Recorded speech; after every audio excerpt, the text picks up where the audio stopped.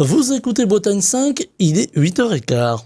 Bretagne 5, l'invité de la matinale. Et notre invité ce matin est Jean-Louis Milès. Il est référent place publique Morbihan. Il a fait la route pour être avec nous ce matin en direct depuis le Morbihan. Et eh bien, je l'en remercie. Merci beaucoup d'être avec nous ce matin. Merci, bonjour. Et bonjour, voilà, j'allais oublier le bonjour, c'est important quand même. Pour démarrer l'entretien, nous allons parler évidemment de politique ce matin avec vous, Jean-Louis Milès. On va parler d'Europe, car aujourd'hui, eh bien, on est rentré dans cette phase déjà de la campagne électorale pour les élections européennes. L'Europe qui est chahutée aujourd'hui avec une guerre à ses portes, avec des valeurs de gauche qui sont elles aussi chahutées. Et pourtant, la gauche, en tout cas le Parti Socialiste, Place Publique, ont envie de revenir dans l'hémicycle. Raphaël Glucksmann, qui porte la liste Réveiller l'Europe, est déjà parlementaire européen. Mais si l'Europe basculait à gauche, est-ce qu'aujourd'hui, c'est plus une utopie, mais une possible réalité ? Alors, tout d'abord, je voudrais revenir un petit peu aussi sur le fonctionnement de l'Europe, parce que en fait, on n'en parle pas, je trouve, suffisamment. Mais l'Europe, c'est un fonctionnement. On parle du Parlement, mais il y a la Commission européenne aussi. Il y a le Conseil de l'Europe aussi. Donc, c'est trois instances. Et donc là, ce dont il s'agit, c'est les élections européennes du 9 juin prochain. Je rappelle aussi que c'est une élection à un tour, et qu'il n'y a pas de deuxième tour, parce qu'on a tendance à vouloir un petit peu présidentialiser cette élection-là, alors qu'en fait, c'est une élection vraiment particulière. Et donc, pour revenir à votre question, actuellement, il y a deux groupes majoritaires qui se partagent comment les voix au Parlement européen. C'est le groupe social et démocrate et le groupe PPE, la droite européenne. Et donc, c'est les deux groupes majoritaires. Et c'est l'enjeu de ces élections, effectivement, ça va être à une vingtaine de voix près entre les deux groupes.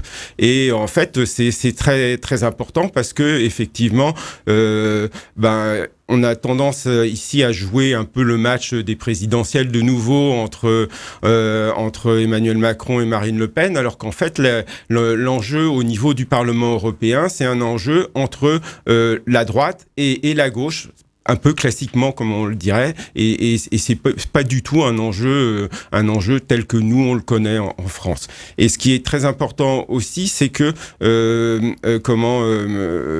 suite à cette élection aussi, le président de la Commission européenne, ce qu'on appelle le Spitzenkandidat, en fait, ça peut être une personne de droite, donc en l'occurrence Ursula von der Leyen, ou alors Nicolas Schmit, qui est le Spitzenkandidat pour les groupes de gauche réunis. Donc voilà. Et une autre chose aussi qui est très importante pour les auditeurs de savoir, c'est que le fonctionnement de l'Europe et du Parlement européen est basé sur des compromis, c'est-à-dire que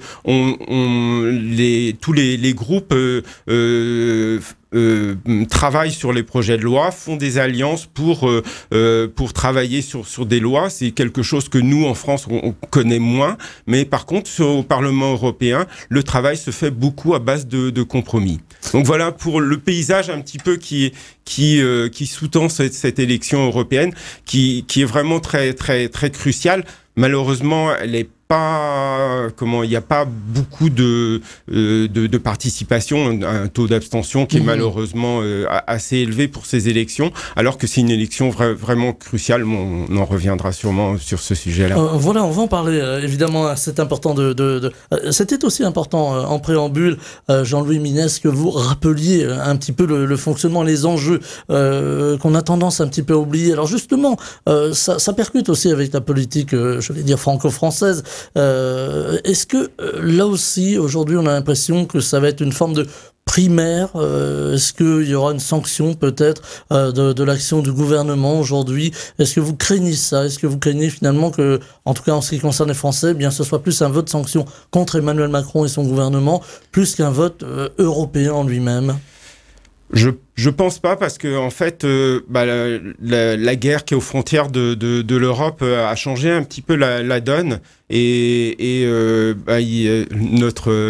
notre liste s'appelle Réveiller l'Europe et effectivement il faut réveiller l'Europe parce qu'il y a des crises diverses et multiples qui sont des enjeux européens, notamment celui principalement que l'on voit en premier, c'est la guerre en Ukraine, mais il y a aussi l'enjeu écologique qui est très très très important, qu'on a peut-être tendance à oublier un peu. Il y a tous les enjeux forcément économiques avec ce qu'on voit avec la PAC, la politique agricole commune. Il y a tous les enjeux sociaux aussi, voilà, il y a multiples enjeux et donc tout cela fait que, en fait, c'est pas une question de rejouer le match, encore une fois, des présidentielles ou des législatives. C'est vraiment un autre enjeu et je pense que les Français doivent vraiment s'emparer de ça, principalement les Bretons aussi, qui sont aussi traditionnellement très européen et donc c'est vraiment un enjeu pour notre région et pour la France. Il y a un attachement des Bretons à la chose européenne, on le voit, on va toujours un peu mieux en Bretagne lorsqu'il s'agit des élections européennes, on se permettra un peu ce chauvinisme ce matin. Néanmoins, on voit le Rassemblement national, par exemple, qui progresse beaucoup dans les intentions de vote aujourd'hui au niveau de l'Europe. Est-ce qu'il faut améliorer l'Europe pour éviter justement qu'elle bascule peut-être dans une Europe plus populiste ? Alors, il faut améliorer l'Europe. Oui, certainement. Il y a toujours beaucoup de choses à améliorer dans son organisation. Surtout que le fonctionnement à 27 impose aussi des contraintes. Il y a aussi la question de l'élargissement, puisque effectivement, la liste Réveiller l'Europe est aussi pour une adhésion rapide de l'Ukraine. Mais il n'y a pas que l'Ukraine, il y a aussi d'autres pays. Donc ça va effectivement changer la donne et aussi peut-être impliquer aussi des nouvelles organisations. Et je dis ça vis-à-vis du Rassemblement national aussi, parce que le Rassemblement national est plus sur quelque chose qui est un repli sur des positions très très nationales, alors que pour être efficace, pour que l'Europe puisse vivre et avoir un poids au niveau international, c'est plutôt au contraire une ouverture de l'Europe de façon à avoir un poids plus important. Par exemple, si on dit par exemple que l'Ukraine intègre l'Europe, l'Ukraine c'est une puissance agricole. C'est une puissance agricole, bien sûr, il faut que ça soit régulé. Puis, les agriculteurs le disent. Oui, ils ont une crainte, mais en fait, c'est aussi, faut voir, c'est que c'est aussi une puissance économique qui est beaucoup plus importante, donc sous réserve que on ait un poids plus important et qu'on mène une politique qui soit pas celle d'accord ou sur lequel il n'y a pas de réciprocité. Mais par contre, c'est un poids plus important et par rapport au Rassemblement national, il y a plus de sécurité à être plus nombreux que de l'être moins. Et la sécurité qui est un sujet du Rassemblement national, en fait, je pense qu'il se trompe sur les objectifs. Et les perspectives qui sont proposées par Raphaël Glucksmann et sa liste, c'est justement un dynamisme et c'est d'aller en avant et pas un recul par rapport à ce qui pourrait se passer en Europe, et avec un repli plus sur soi qui est en fait insécuritaire. Alors, on va en parler aussi des grands enjeux. On parlera de l'immigration tout à l'heure. C'est aussi le cheval de bataille du Rassemblement national. L'Europe doit prendre sa part d'immigration plus largement que chaque État qui compose l'Union européenne. Mais je voulais vous entendre aussi sur la géopolitique avant, parce que vous parlez de la force de l'Europe et aujourd'hui, on a l'impression que l'Europe devient un peu adulte. C'est le mot qui a été employé ici par un de nos invités il y a quelque temps dans la matinale. L'Europe devient adulte. C'est-à-dire qu'on avait une Europe qui se cherchait un peu en termes de diplomatie, en termes de défense européenne, ce qui n'est pas encore le cas aujourd'hui pour la défense européenne.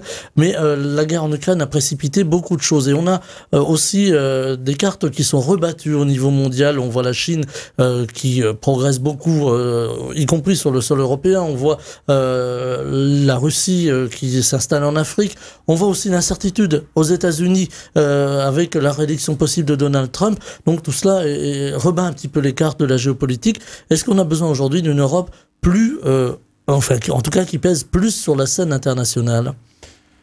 Oui, tout à fait. Il faut vraiment que, la dimension européenne est vraiment la dimension la dimension pertinente pour être une force démocratique vis-à-vis de forces qui ne le sont pas, telles la Russie. Et aussi avec l'élection de Donald Trump qui va nous laisser au niveau de la situation internationale vis-à-vis de la guerre en Ukraine un petit peu essolé sous réserve qu'il soit élu. C'est pas encore fait. Pour l'instant, rien n'est fait. Rien n'est fait. Les auditeurs, mais on n'a pas de boule de cristal. Non, on n'a pas de boule de cristal, mais il y a cette crainte-là et en fait, ça a permis justement une prise de conscience au niveau européen qu'il fallait vraiment être ensemble. Il y a un autre élément qui est à l'origine de cette prise de conscience aussi, c'est la crise du Covid. Quand on s'est retrouvé tout seul face à d'autres pays pour négocier des vaccins, il a fallu aussi qu'on soit vraiment ensemble pour pouvoir négocier vis-à-vis des grands groupes pharmaceutiques pour avoir des vaccins. Et c'est parce qu'on était ensemble que l'on a pu avoir une politique et un service vis-à-vis de la population importante. Ce qui n'aurait pas été le cas si on avait été tout seul. Alors, les enjeux, on le disait, enjeux agricoles, on va en parler tout à l'heure, l'agriculture souffre aujourd'hui, la pêche également.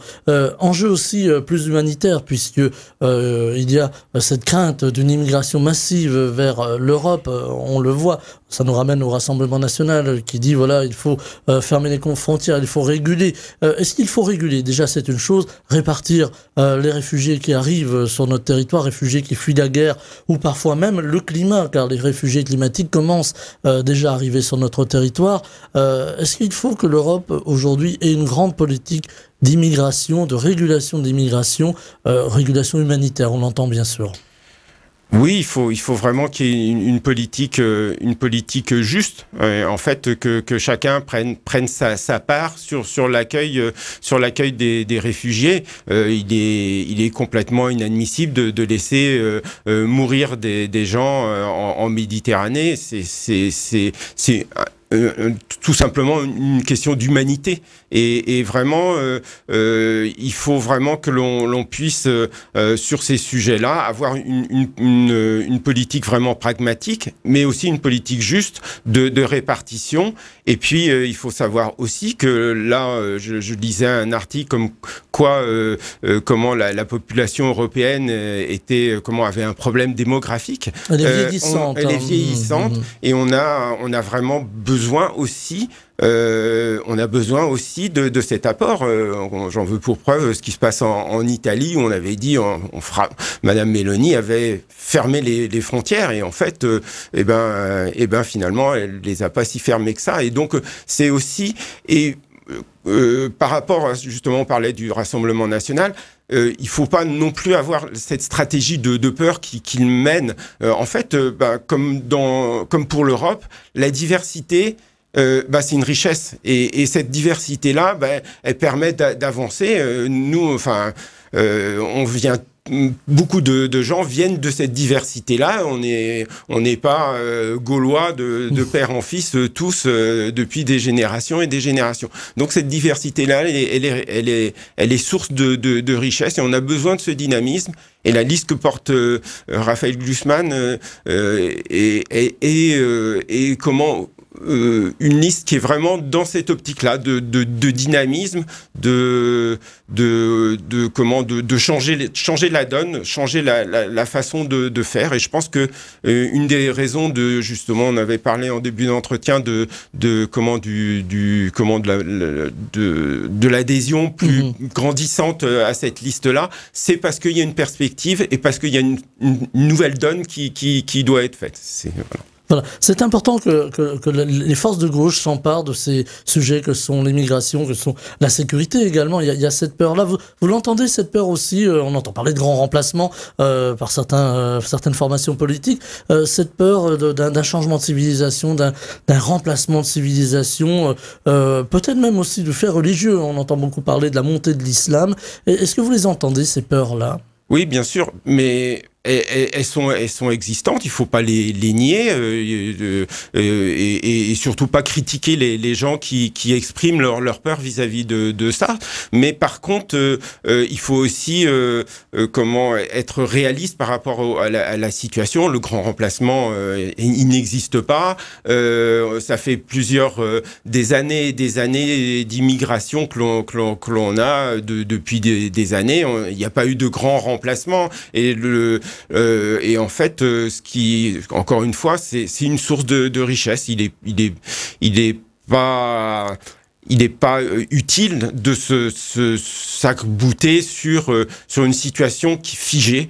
Quand on bouge pas, on n'avance pas. Et il faut vraiment que l'on puisse avancer, et surtout face aux défis qui sont devant nous pour les jeunes générations. Voilà, il faut aussi faire évoluer les mentalités finalement. Tout à fait. Alors, on va parler d'agriculture, on va parler d'environnement, c'est important. Souvent, on pointe du doigt les agriculteurs, ils ont du mal à vivre. On les voit aujourd'hui revenir encore avec leurs tracteurs dans les rues, protester, contester contre en particulier des accords de libre-échange. Est-ce que là aussi l'Union européenne doit avoir un discours plus ferme, plus coercitif, peut-être plus égalitaire aussi vis-à-vis de la chose agricole? Oui, il faut vraiment que le monde agricole puisse avoir une façon de fonctionner qui soit pérenne. Il n'est pas acceptable que des agriculteurs se suicident du fait de leur activité. Donc il faut vraiment que on puisse à la fois changer de modèle parce que c'est nécessaire, mais ce changement de modèle-là doit être accompagné. Et aussi ce changement de modèle-là, il doit être protégé par des accords qui ne permettent pas à des pays étrangers de concurrencer nos fabrications de manière déloyale. Il faut vraiment que les clauses miroirs soient appliquées. On en a parlé, on est en désaccord avec ce qui se passe avec le CETA. Il y a vraiment quelque chose à faire sur ces négociations-là. Par contre, ce que je voudrais dire aussi, c'est que il faut pas non plus être sur des clichés. Par exemple, en ce moment, on parle du poulet ukrainien. C'est le sujet à la mode. On a eu le plombier polonais, on a le poulet ukrainien. Voilà. En plus, le plombier polonais, on en parle alors que, en fait, c'était en ce qui concerne les travailleurs détachés. En fait, voilà, il n'y a pas de plombier polonais parce que justement, l'Europe a régulé les choses. Donc, le plombier polonais, en fait, il est resté en Pologne. Ou s'il vient en France, il a comment il est payé avec le SMIC et avec les conditions françaises sur le territoire français. Et ça, c'est lié à l'Europe. Et par rapport au poulet ukrainien et les agriculteurs, bon, la concurrence, elle est plus du blé russe que du poulet ukrainien. Et donc, faut se méfier en ce moment de toute cette manipulation, notamment initiée par la Russie, cette manipulation d'informations qui est relayée, qui est réamplifiée justement par des partis extrêmes et qui en fait font le jeu de puissance puissance étrangère, en fait, clairement, c'est quelque chose qui, moi, me pose question, quoi. On le voit sur les réseaux sociaux aujourd'hui, effectivement, toutes ces fake news qui passent, qui sont dures parfois à démonter, si vous me permettez le terme un peu technique.